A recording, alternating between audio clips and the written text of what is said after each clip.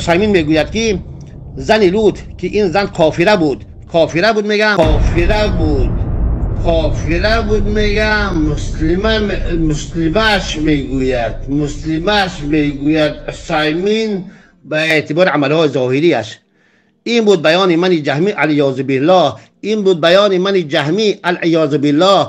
بشنوید از زبان خود عثیمین. يقول السائل: فضيلة الشيخ، قرأ الإمام في صلاة التراويح هذه الليلة قوله تعالى: فأخرجنا من كان فيها من المؤمنين فما وجدنا فيها غير بيت من المسلمين. لماذا أورد الله سبحانه وتعالى في بداية هذه الآية لفظ المؤمنين وأورد في نهايتها لفظ المسلمين حكاية عن قوم لوط؟ وكيف نجمع بين هذين اللفظين في الآية؟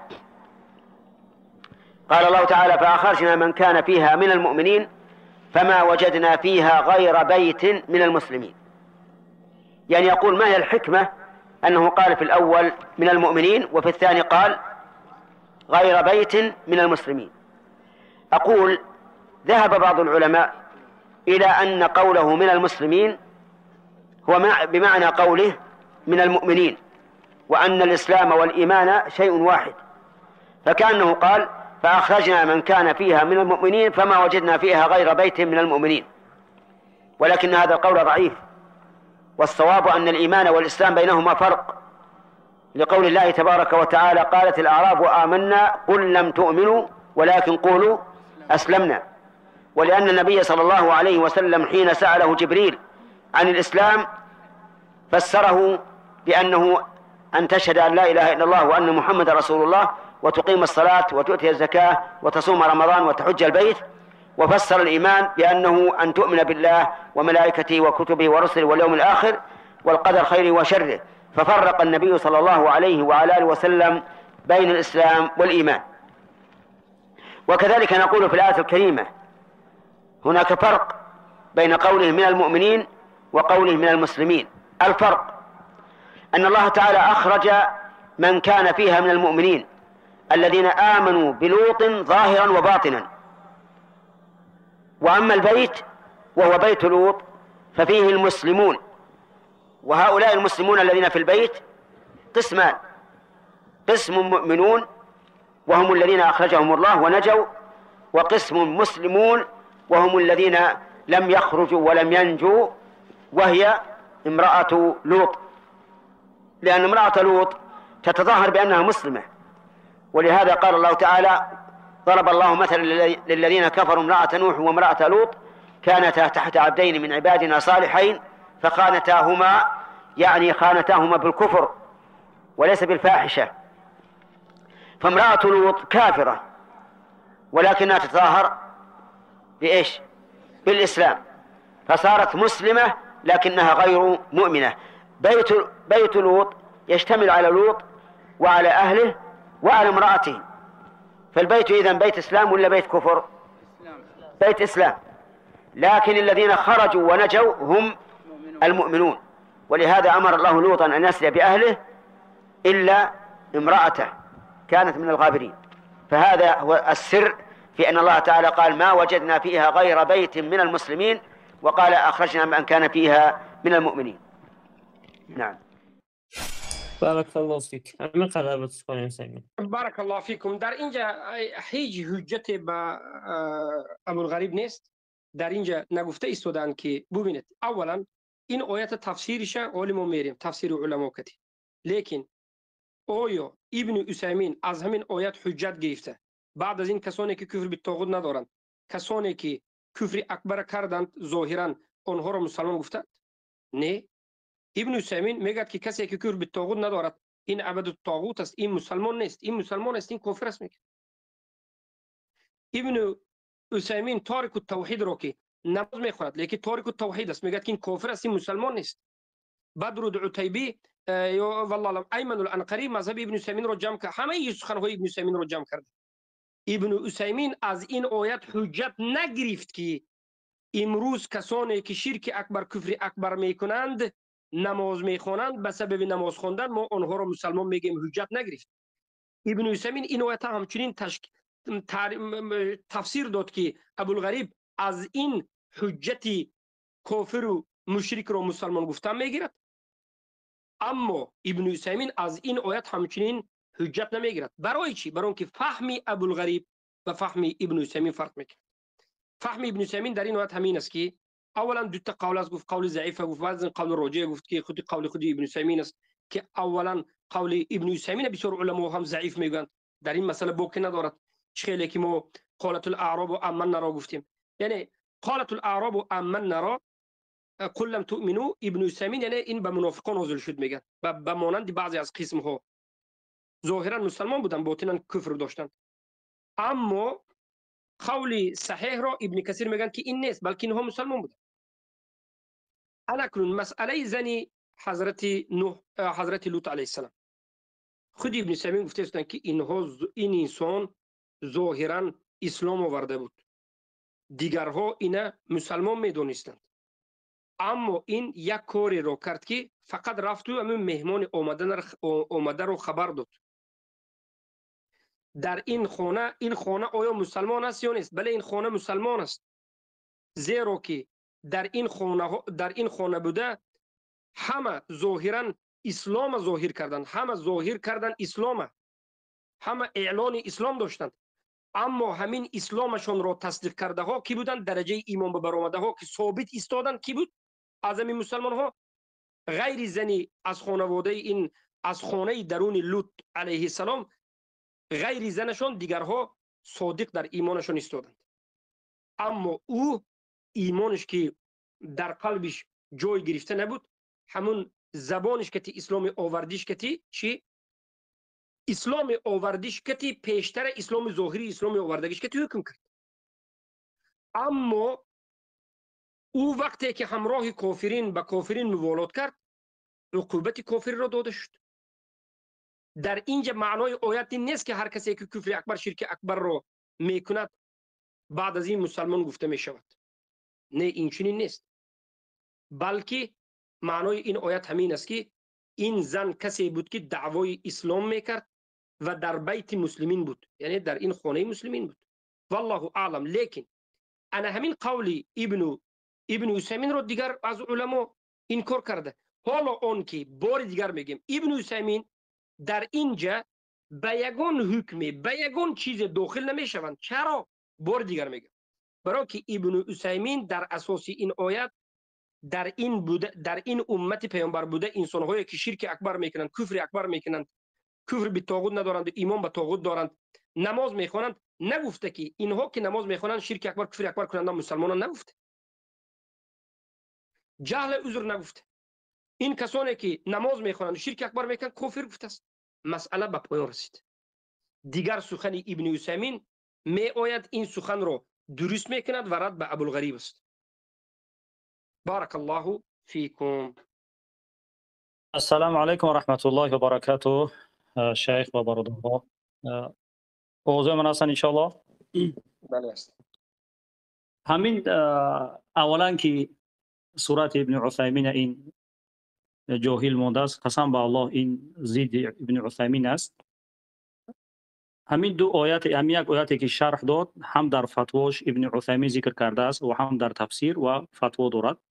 اگر شیخ بخوای مثلا کمتر بخونش شما شرحش بگید و تفسیرش بخونید. من تفسیرش نکشودم از سبی که می‌خواستگی تفسیرش بخونید. بله بله. همین آیات رو که در آخر همون میگه که لیس المعنى بگید منم کشم آیات سوره چی؟ سوره چی؟ سوره تحریم آیات 10. سوره تحریم آیات 10. اما این جای در آیات تفسیر ما در فتوا را نظر کنیم، همچنین صوتیش است. در اینجا میگه که لیس المعنى خانتاهما بالفاحشه بل خانتاهما بالكفر لكنه كفر مستور وهو خيانة من جنس نفاق ولهذا يقال للمجتمع الذين فيه المنافقون يقال فيه المجتمع المسلم وإن كان فيه المنافقون لأن المظهر مظهر الإسلامي. شيخ خیال میکنم که اولی صبر که قسم به الله گفتم که این ابن عثیمین این را تکفیر میکند. ابن عثیمین مسئله آیا در یک انسان کفر باشد قطعی اسلام یک جویا میشد از ما میخونیم. این جوهلا خیال میکنن که یک قول عالم رو قیچی کردن، ده ها قول دیگه رو ترک میکنن. اینجا شیخ فهم باشد انشالله با یک تفسیرش کنی اگر یا در پرتم خیل میکنیم انشالله. چی میپرتید؟ همین سخنی همین بدگیش فتواش به من ارسال کنید تا تماما صحبت میکنم. بله از میپرتم من یک برگه ختم با تو که برادرها زبان ختم بفهمن که این فقط یک در حق علم ها یک خیانت است. یک سخنی علم گیرید اصول دین خطا فهمیدید. ای اعوذ بالله، صد سخنی بعدن شیخ عیناً میبخشید عیناً همین کار کرد که یک آیت قرآن میگیرد و 100 آیت قرآن به این کار میکند. یک سخنی ابن عثیمین گرفته، سخنی همین سخنیش ترک کرده است که هر کسی که شرک واقع شد مشرک گفته میشد، کافر گفته میشد و مسلمان گفتن درست نیست. شیخ نظر کنید در هم چی پرتفتم جای خود نپرتفتم اینجا بخونید لیس المعنى خانتهما.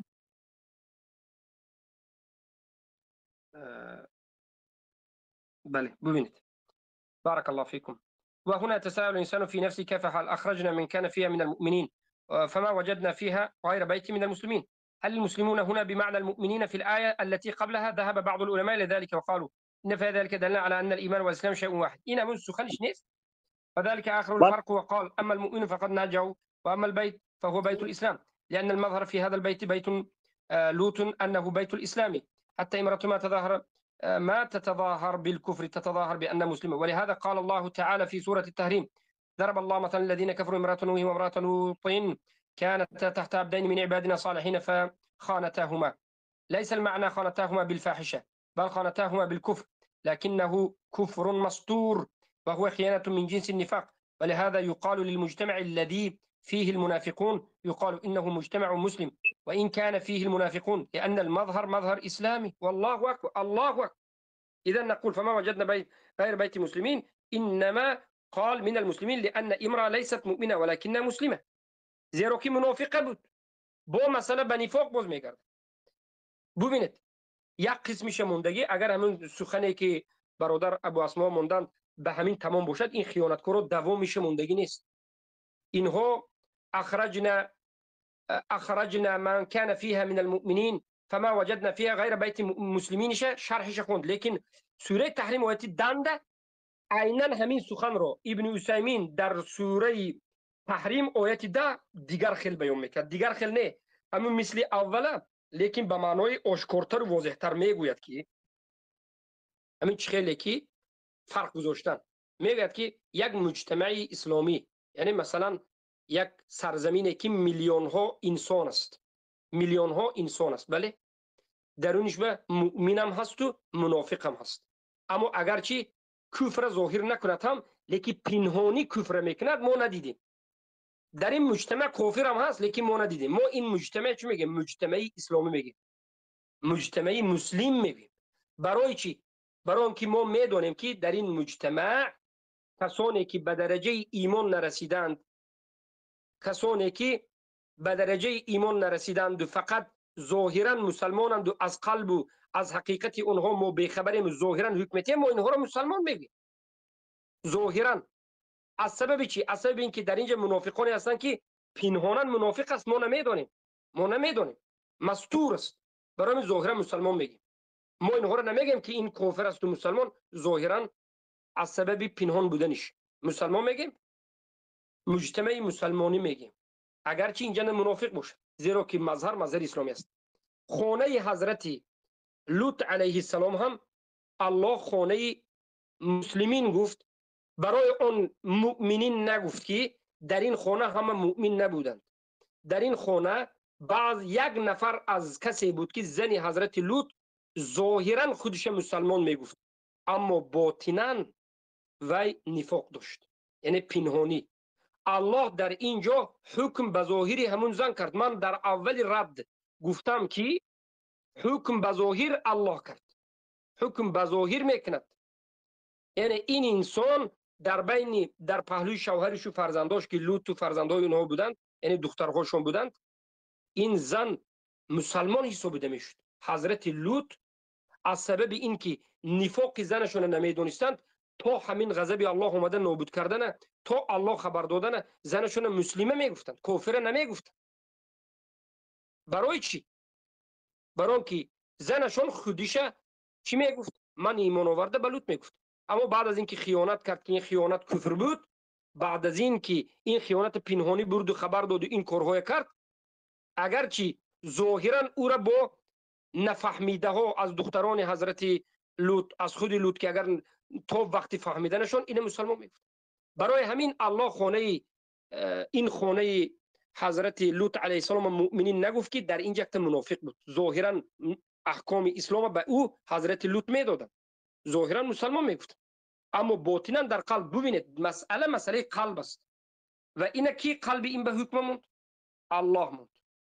گشته ابوالغریب با سوال میکنیم که قلب امروزه کسایی که در درون مسجد است، امروز کسانی که در درون مسجد نماز میخوانند، آیا تو قلب اونها را میدونی که کافر میگویی یا منافق میگویی؟ و برای همین میگویی که بله اینها کافرند لیکن مسلمان هم میگویی. آیا قلب اینها را فهمیدی که کفر دارد و بعد از این اینها کافران را لیکن ما مسلمان میگی؟ تو از کجا فهمیدی که امروز در درون مسجد ها بوده به مانند زنی حضرت لوط خیانتکار و کافرند؟ تو از کجا فهمیدی؟ گپ همینجا. قصه حضرت لوط خاص است، الله اینجا خبر داد.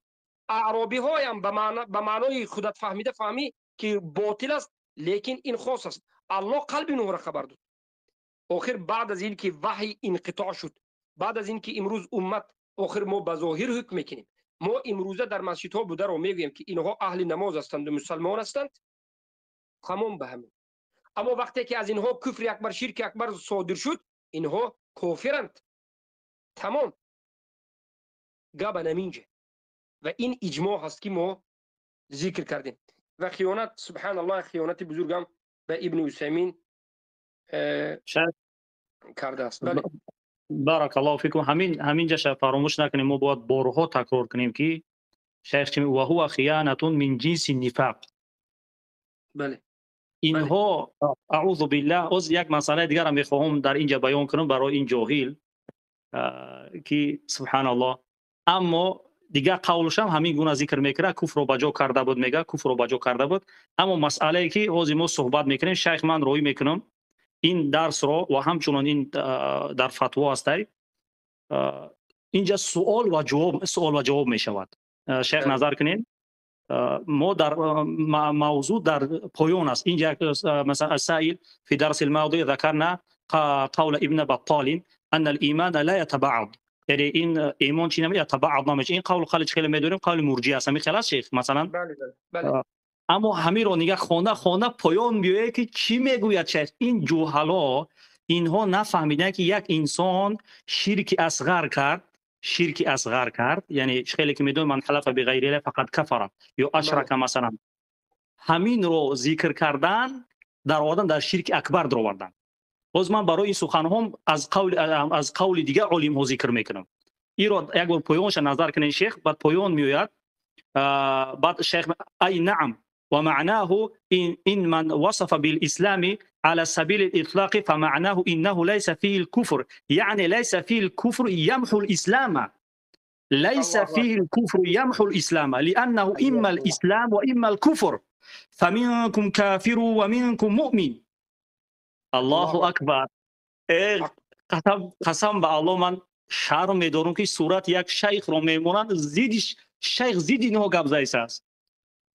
بله. سبحان میگه چی میگه لیس فیه الکفر یمحو الاسلام، یعنی مقصد این است کفر نه که اسلام رو از اینجا کفر اصغر رو در نظر دارد. در یک انسان کفر اصغر یافته می شود. من حلف بغیر الله فقد کفر، من تعلق تمیمه فقد اشرک، در دیگری فقد کفر. کفر اکبر یا اصغر. شیخ سبحان الله سبحان این جوهلا. من اومدم اینجا میگه که سائل میگه که طيب وقوله لا يتبعض الشيخ اي نعم میگه معناه ان من وصف بالاسلام على سبيل الاطلاق فمعناه انه ليس فيه كفر، یعنی وقتی که مسلمان گفتی در وی، یعنی مسلمان گفتی به سبیل اطلاق، یعنی این چی را دلالت میکنه؟ در وی کفر نیست، یعنی لیس فیه کفر یمحو الاسلام، در او کفر نیست که اسلام پاک کند. لانه، زیرا که اما اسلام اما کفر است، یا اسلام یا کفر است. نگفت که یا ایمان است یا کفر است، یا اسلام یا کفر. فمنكم كافر ومنكم مؤمن. ولكن المؤمن قد يكون فيه خصال كفر. یعنی ببینید انا همین دلالت میکند که این جهلا قرآن خطا فهمیدند، سنت خطا فهمیدند، اجماع اصلا نفهمیدند، مذهبی سلف بو نبردند، از قرآن و سنت خطا فهمیدهشون خیس کرده آمده بالای ابن عثیمین بچسبیدن که ابن عثیمین اعوذ بالله مثل خودشون شرمنده میکنن، دیگر جاهل ها نفهمیده ابوالغریب قطعی ابن عثیمین بعد حکم میموند. حالا که ابن عثیمین سخنش در حق مسلم و مشرک چی است؟ اصول مذهبی ابن عثیمین اصول مذهبی اهل سنت است که ابن عثیمین میگه هر کسی که اسلام ظاهر کرد، عمل کرد، از او کفر شرک دیده نشد، این مسلمان است. هر کسی رو که ما مسلمان گفتیم این دلالت میکرد که او کفر شرک ندیدیم، از او کفر شرک ندیدیم، او کفر شرک ندارد، برای همین مسلمان گفتیم. و هر کسی رو که ما کافر گفتیم از این عبارت که اسلام شرک است، میگه یا اسلام است یا کفر است، میگه یا مسلمان است یا کافر است، میگه. و ایمن شیخ الایمن الانقری جمع میکند کتاب مذهب ابن عثیمین، سخنهای ابن عثیمین در حق کسانی که ترک توحید کردن، کفر به طاغوت ندارند، شرک اکبر کفر اکبر میکنند، لیکن نماز میخونند، خودشون مسلمان میگن. ده ها صدها قول میارد که ابن عثیمین میگه که اینها کافرند، اسم اسلام گذاشته نمیشود، اسم اسلام به کسی گذاشته میشود که ظاهرا مسلمان است، نماز میخواند، از او کفر دیده نمیشه. یک روایتی رو، یک سخن ابن عثیمین رو که معناش رو خطا فهمید در مسئله زنی حضرت لوط که او از جمله منافقین مستور، خیانت از جمله منافقین بود، مستور و پنهان بود. ابن عثیمین میگه که مستور و پنهان بود، ولی ما دیگه قول علما نرفتیم. ابن عثیمین میگه از جمله منافقین بود، یعنی ظاهرا و لوط و دیگرها مسلمان میدونست، اما همون روز معلوم شد که او کافر بود است. انا همین بدیده میگم که اینها اینان جاهل فهمیده های در حالت جهالت و کفر به شرک واقع شدن. لیکن افسوس که این سخنم خیلی دوری دراز شد، نمیدونم برادر عزیزم اینا همین دوری دراز که منتشر میکنیم ان شاء الله که برادر فهمیدن. شیخ بارک الله فیکم، از برادرها خواهش که ان شاء الله همینجا را خاصتا ببرن که ما ان شاء الله اولی صوت را روی میکنیم، صوت های خاصتا همین قول شو که یعنی کفر و اسلام جمع نمیشود گفت، اما ما جای دیگری سخن رو انا همینجا این جوهلا مشکل کلام دارن. شیخ ان شاء الله یا میخونیش یا میخونمش ان شاء الله از هم کتابی چی است کو سبحان الله الضياء الشارق، الضياء الشارق، الضياء الشارق في الرد المازق المارك. بله انا نعم. واما بله الضياء الشارق في الرد المازق المارد نویسندش یکی از علامه های نجدی سلیمان بن صحوان است رحمه الله میگه و اما قوله والمسلم قد يجتمع فيه الكفر والإسلام والشرك والإيمان ولا يكفر كفرا ينقله عن الملة. و اما کسی میگوید که و اما سخنی که میگه مسلم در بعض حالات با کفر جمع می شود و با اسلام جمع می شود، یعنی مسلم قد يجتمع فيه الكفر والإسلام، مسلم کسی است که در بعض حالات کفر اسلام جمع می شود و شرک و ایمان جمع می شود و کافر نمی شود کفری که انتقال یافته از اسلام باشد، یعنی اون ظاهرا با مسلمان میگه فاقولوا نعم هذا فيما دون الشرك والكفر الذي يخرج من المله. بله این در همان حالتی که شرک و کفر، این شرک و کفری که انسان رو از ملت اسلام خارج نمی کرده باشد، یعنی شرک اصغر و کفر اصغر باشد. انسان مسلمان است و شرک اصغر کفر اصغر رو کرد، در این حالت بله شرک اصغر و کفر اصغر با ایمان جمع شدنش ممکن است. و اما ما لا يخرج عن المله، فاما ما لا يخرج عن المله كالشرك الاصغر كسر الرياء والتصنع للخلق والحلف بغير الله وقول الرجل ما شاء الله وشئت وهذا من الله ومنك وما اشبه ذلك. والكفر قوله صلى الله عليه وسلم ولا ترجعوا بعدي كفارا نضرب بعضكم رقاب بعض وقالوا من خلف بغير الله فقد اشرك وفي نفسه فقد كفر. وذلك مما جاء في الحديث الكفر مما لا ينقل عن المله من الكفر الاصغر. واما ما ذكروا في الخوارج فانما هو لاجل ما قام بهم الشبهه المعنى بالتكفير. يعني تمام ببینید یعنی در کفر شرک اصغر است، اما در کفر اکبر چی؟ اگر یک کس اسلام یک نفر خودش مسلمان گفت در اسلام است، کفر اکبر شرک اکبر کرد، در این حالت کفر اکبر و شرک اکبر کتی اسلام مسلم کتی کفر اکبر جمع نمیشد. در این حالت چی است؟ به اجماع این مسلمان گفتنش کفر است. کفر اکبر آمد، اسلام کتی یک جا به جمع نمیشد، اسلام نابود میشد، اسم اسلام مسلم نابود میشد و این کفر اکبر که آمد اسم کافر، شرک اکبر که آمد اسم مشرک داده میشد. این مجمع علیه است، مجمع علیه. بله شیخ بارک الله فیکم، این شبهه ها را رد میکنن خیلی که میدونین. اینجا میگه اما قوله مثلا والمسلم قد يجمع فيه الكفر والاسلام والشرك والايمان ولا يكفر كفرا ينقله عن المله، فاقول سبحان الله خیلی جواب میدن نعم هذا فيما دون الشرك والكفر الذي يخرج من المله. مشکل اینها چی شده اگر شیخ؟ انا همین شرک اصغر رو، این جوهلا شرک اصغر رو بردن در شرک اکبر برابر کردن، حکم شرک اصغر رو با شرک اکبر برابر کردن. چی میگوید؟ یک انسان کفر به طاغوت نداشته باشد، غیر الله عبادت کنه، خیر کنه و خیر کند، مؤمن نمیگوی، اون مسلمان میگوی. این قول علما را بی. بله. اللهم مستعان. ابن عثیمین ان شاء الله سوچ میگذاریم که این گونه جوهلا را رد میکند.